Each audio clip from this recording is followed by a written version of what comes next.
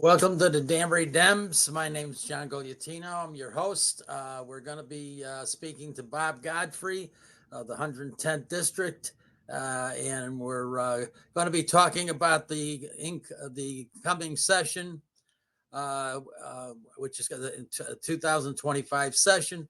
But first of all, we'll have him hit the high points of his background, because I know there's constant people coming in the town, and there might be a couple of thousand people more from the last time that somebody saw this program. So without further ado, let's bring Bob on, and we'll get into his bio, especially the part about seeing the world when you're in the Navy. well, first, Happy New Year, John, and Happy to New Year. everybody. We've got a challenging year ahead of us. They all seem to be that way. And of course, as you mentioned, I was born in Danbury. I've lived here all my life. In fact, I inherited my parents' house a few years back. So I've lived in this house that I'm in right now for my entire life, since about the age of 6. Went to St. Peter's School, Immaculate High School in their first graduating class, Fordham University for undergraduate work. Then, as you know, I joined the Navy to see the world, and they sent me to Newport, Rhode Island for 2 years instead of someplace more exotic.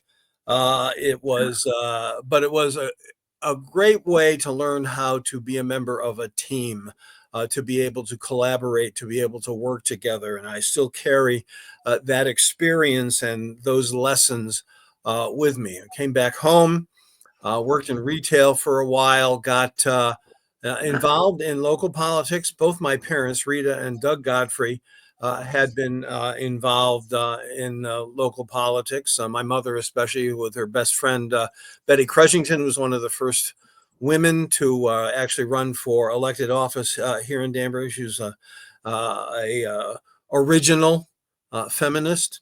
I wound up working for the Greater Danbury Chamber of Commerce, doing the lobbying, basically.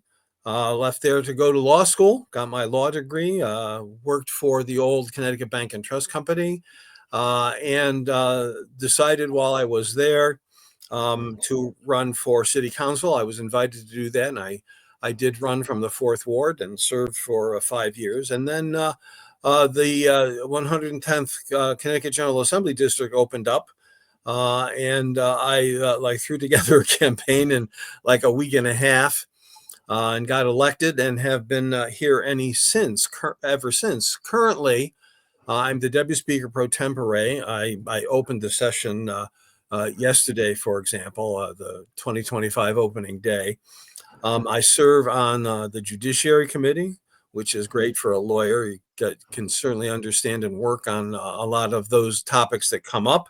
The Executive and Legislative Nominations Committee, the Legislative Management Committee, and Regulations Review, that are checks and balances on both the executive and the judicial branches. So, the constitutional powers seem to work, and they excite me. I'm full of vim and vigor, ready to go to work, as I always am. When I wake up in the morning, I'm eager to go to work, representing my constituents and representing their best interests as we progress and make Connecticut law.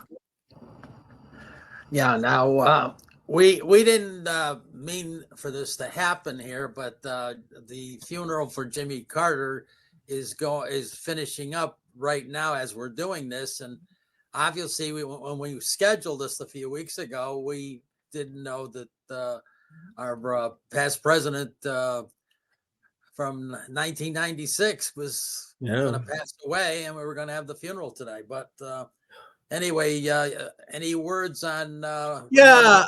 He was in Hartford. Well, I think while he was while he was president, invited by then Governor Ella Grasso, it was like 1973 or so. And I got to go and see him.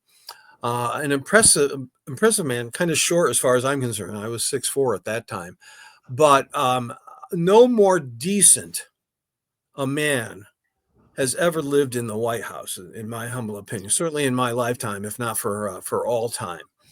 And his commitment to democracy, to civility, or there's something that's kind of gone away in politics in the United States here in the 21st century. His compassion, his working for working families are unparalleled and unprecedented. Really, he's done a great job, and certainly after he became president, after he left the presidency, rather, his work with his foundation, his work. I just absolutely adored his physical work with Habitat for Humanity. Housing is still an issue, the lack of affordable housing across this nation. And he didn't talk about it. He did something about it. And I honor his memory. I wish more people in politics would emulate his civility and his compassion and change the way politics are run. Too much lying, too much nastiness.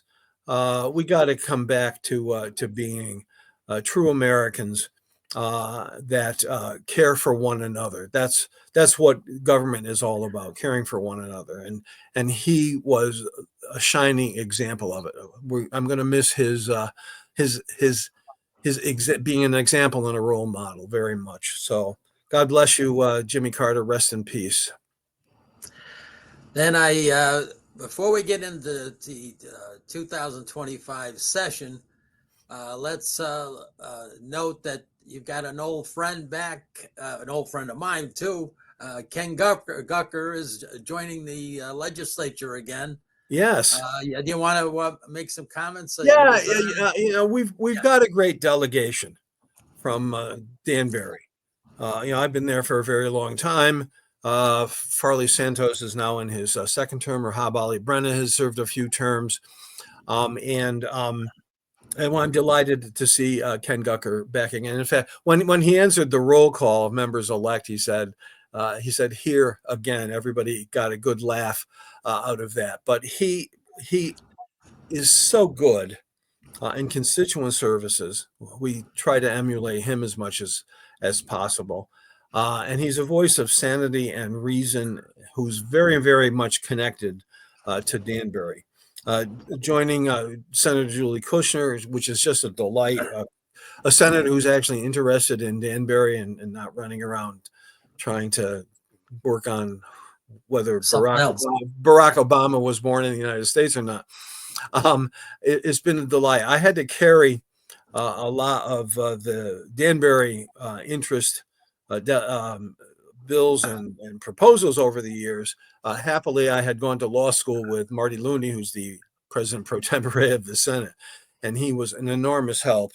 But now just having Julie there, it makes for a very unified delegation. We work together. We meet constantly. We stay in communications, and we work especially with Mayor Alves, who actually showed up on opening day, made the rounds, was there. I got to introduce him in the House of Representatives. He takes an interest for the first time in decades in what's going on in Hartford and how it affects his city and our city of Danbury. And it makes all the difference in the world. We can work together for Danbury and Danbury's the people of Danbury's interests. It's a delight. Now the session was opened. When does the actual work start? Like next week, or is it going Well, on? yes and no. We just started. We're coming off an election. We've got some 20 new members, for example, that I helped train up and do freshman orientation with in December. So we've got to get them up to speed, get them understanding what being a state representative is, and how the legislature works. So that's part of it. We all have our committee assignments. We know who the committee leadership is. We elected Matt Ritter of Hartford as a speaker again on opening day. Jason Rojas is the Democratic leader. Vinnie Candelora is the Republican leader in the House. Interestingly enough, it was Representative Candelora who nominated Matt Ritter to be speaker, and Representative Rojas seconded the nomination. There's a lot of collaboration. There's a lot of goodwill. In spite of the nonsense that's going on in Washington, that hasn't quite slopped over into the Connecticut General Assembly yet. So I'm optimistic about being able to work together. So committees will be having their organizational meetings. I know the governor's already sent over some nominations, so I'll be working on that in the next week or so. My judiciary committee has already scheduled committee meetings, committee public hearings for the 22nd and the 24th, because we have a bunch of judges who need to be reconfirmed before their terms run out in the beginning of February. So the work has already begun. People have been introducing legislation. They're getting referred to committees. Committees will begin working on what to have public hearings on. So the work has begun. The big ramp up, of course, will be when the governor comes in February and offers his budget and his budget bills. And we'll talk a little bit more about that a little later in this program. Now, is this the short session? No, this is the this is long long. session. We're in for So, 5 months. what is We're until June. You're until June. Yep. So none of this May going home at May. You No.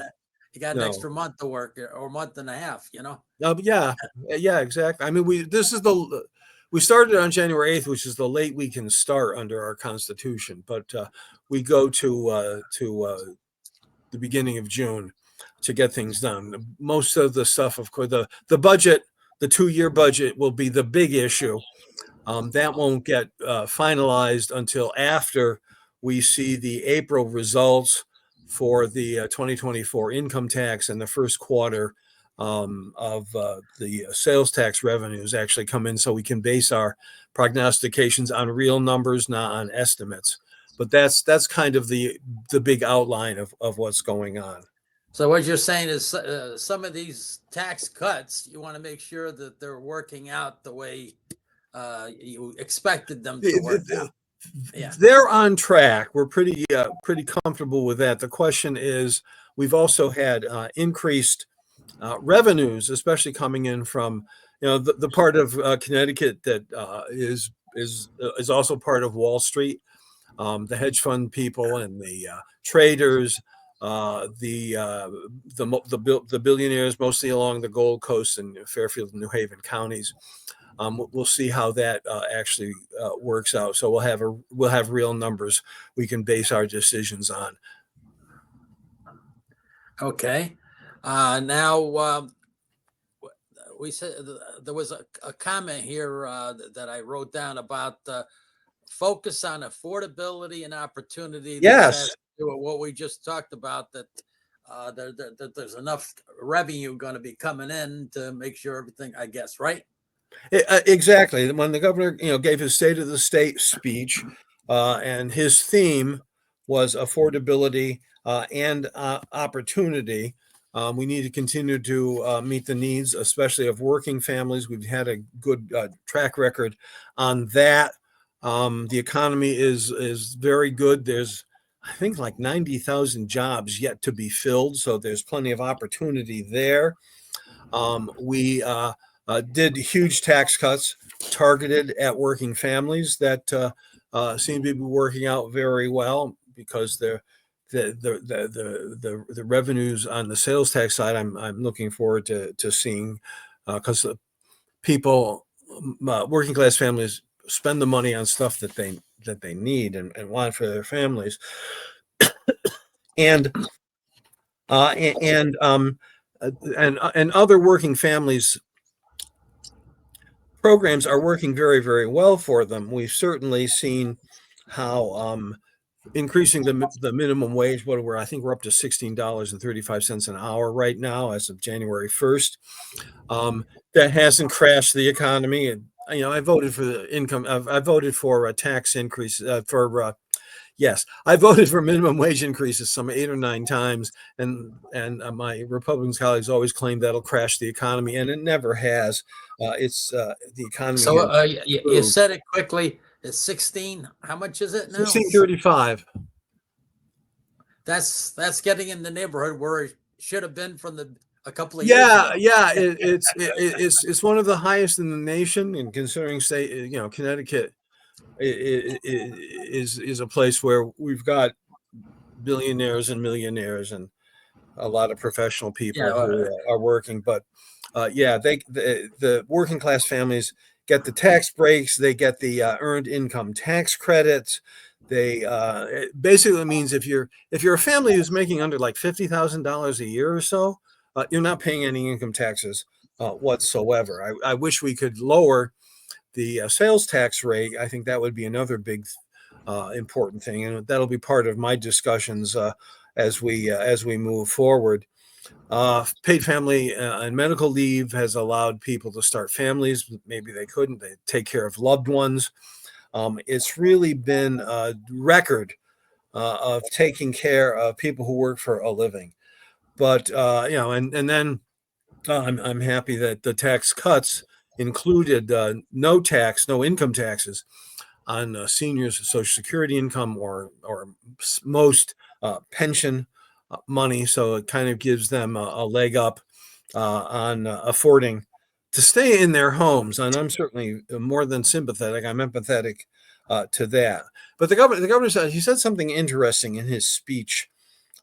Getting by isn't enough. We also have to help you get ahead. And I think that's going to be the focus of the affordability and opportunity theme that he proposed in his opening day speeches. Right now, one area that's not so good, along with healthcare, is energy costs. Oh yeah, and I know that in a way you miss Dave Arcani, but he's also doing something where he could do something on the inside. Yes, talk about those things, the energy. Yeah, one of the nominations I'll be dealing with on executive and legislative nominations is David Arcani has been named to fill a vacancy in PURA, the Public Utilities Regulatory Agency, and I think he'll be a lot more consumer friendly than some of his predecessors. So I'm certainly hoping to see that go in. But if you remember how can we forget how electric prices spiked enormously last summer? We had an unprecedented heat wave. It was the hottest summer in recorded history in Connecticut. Everybody turned on their air conditioners, which is probably one of the most expensive electrical items in a home. That really spiked it up. And I remember why. Back in 2017, the Republicans decided they needed to bail out Dominion, the owners of the nuclear generating plants over in eastern Connecticut, because they weren't making enough money. Now, unlike the Republican Party, I'm not a big fan of bailing out big businesses. I'm more interested in taking care of working families. And I voted no. And they decided at that time that the bailout would be paid for by ratepayers. Another negative on in my list of things. And that's the principal cause of the rate spike last summer. Unfortunately, we have the bailout required a contract that can't be broken with Dominion, so it's going to continue. And here they are, their proposal to fix the rates is we'll just shift the cost from ratepayers to taxpayers. We talk about jumping out of the frying pan into the fire. It's just wrong. So I'm expecting we can work on that. And the governor made that a big part of his speech. Energy costs are the one of the big drivers of his list of things to do this year. He's talking. He looked at supply and demand. He's looking at ways to increase the supply. He's talking about wind power, solar. He's talking about small nuclear. I'm not afraid of nuclear. I'm from the Navy. I had people who worked in nuclear submarines. I'm not afraid of that.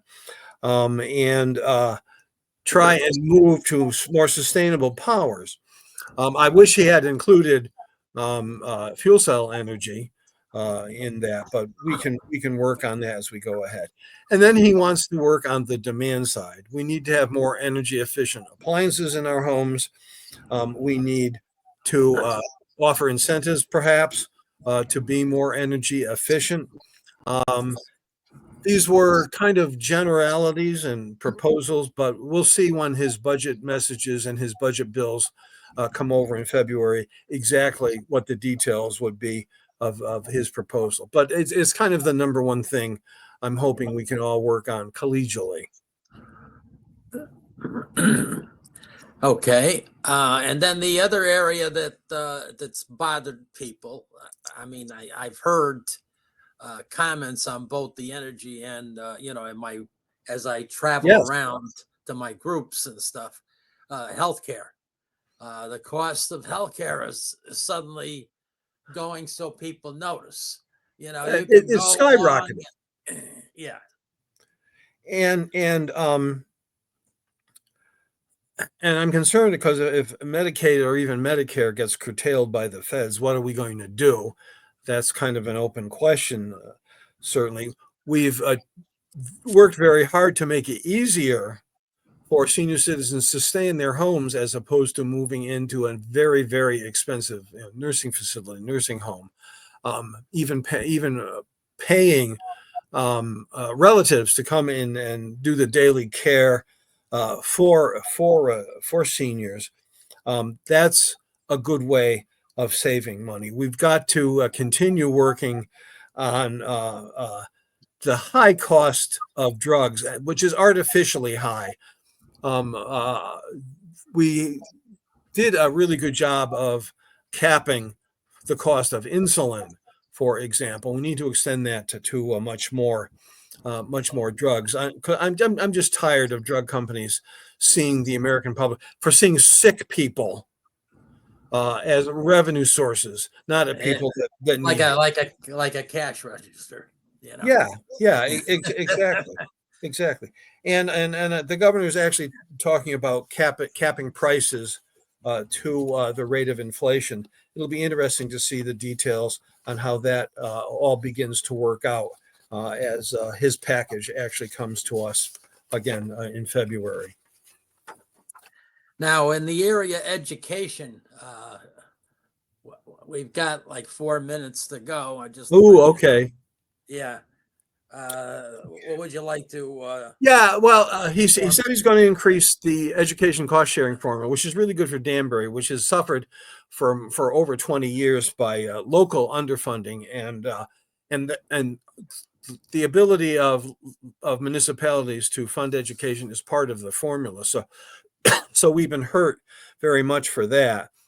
And certainly Mayor Alves was up yesterday doing his advocacy work. The governor wants to make it easier to become a teacher. There's been a teacher shortage we got to deal with. We've already posted, the House Democrats have posted bills for dealing with special education that needs work, for early childhood that needs work. And then he wants to do away with phones in schools. That's going to be an interesting debate. Well, I agree 100% with that. How could be, from my recollection of being back there, how can you concentrate on what your tea's saying or what the lesson if you're playing on your phone? Exactly. If you're scrolling Parents through got to YouTube or realize something.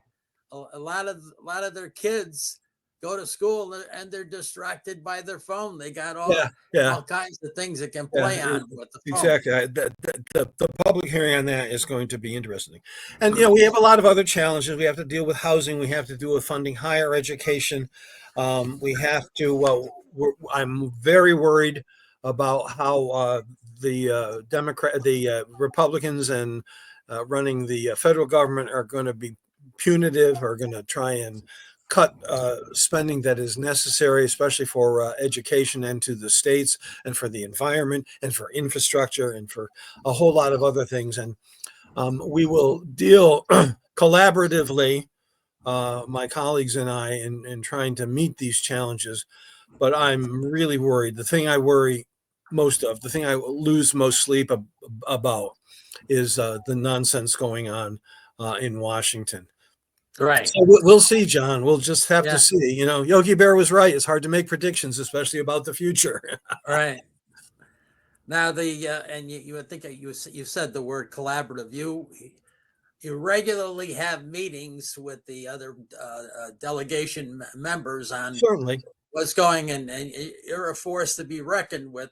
And so if Danbury really needs additional money,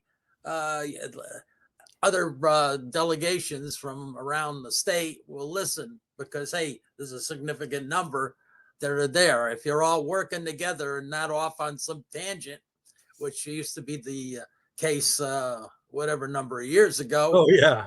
Everybody's working together on Danbury issues and getting additional money, especially with the opening of the high school coming up. Well, boy, there's another challenge. Obviously the money has been there to actually open the school, but the money's not there for hiring teachers and staff and getting it up to speed. That's a concern. I've already had discussions with Speaker Ritter about this, as has the other members of the Danbury delegation. He's on board. He understands the challenges and the needs. And Mayor Alves will be up doing the same thing. We've only got 30 seconds. Can you quickly give us what your contact telephone numbers Sure. are and your Sure. email? If you just do a search for me, you'll find my my webpage under Connecticut General Assembly. You can reach me two ways. My office is 800-842-1902.